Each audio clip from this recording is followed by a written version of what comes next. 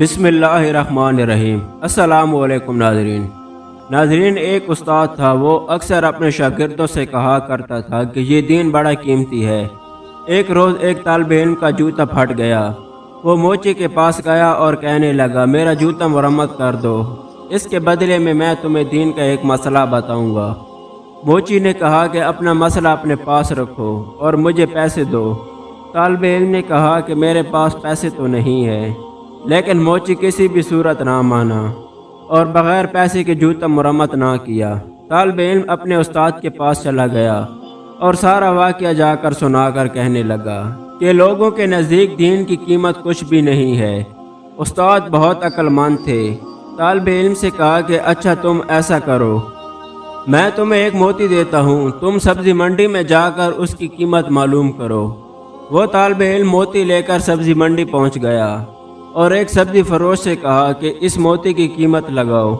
اس نے کہا کہ تم اس کے بدلے میں یہاں سے 4-5 لیمو اٹھا سکتے ہو، اس موتی سے میرے بچے کھیلیں گے۔ وہ طالب علم استاد کے پاس واپس آ گیا اور کہنے لگا کہ استاد جی، اس موتی کی قیمت صرف 4 یا 5 لیمو ہے۔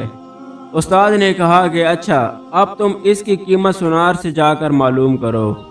وہ گیا اور پہلی ہی دکان پر جب اس نے موتی دکھایا تو دکاندار حیران و پریشان ہو گیا۔ اس نے کہا کہ اگر تم میری پوری دکان بھی لے لو تو بھی اس موتی کی قیمت میں تمہیں ادا نہ کر سکوں گا۔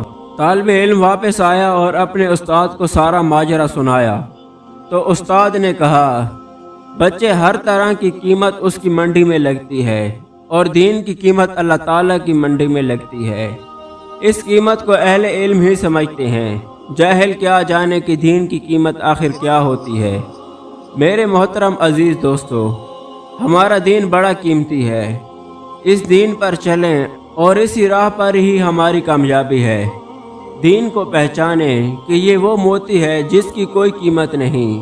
ہم اگر اپنی ساری زندگی دین کے مطابق گزاریں گے تو ہماری دنیا اور آخرت دونوں سنور جائے گی اور ہم آخرت میں شرمندگی سے بچ جائیں گے۔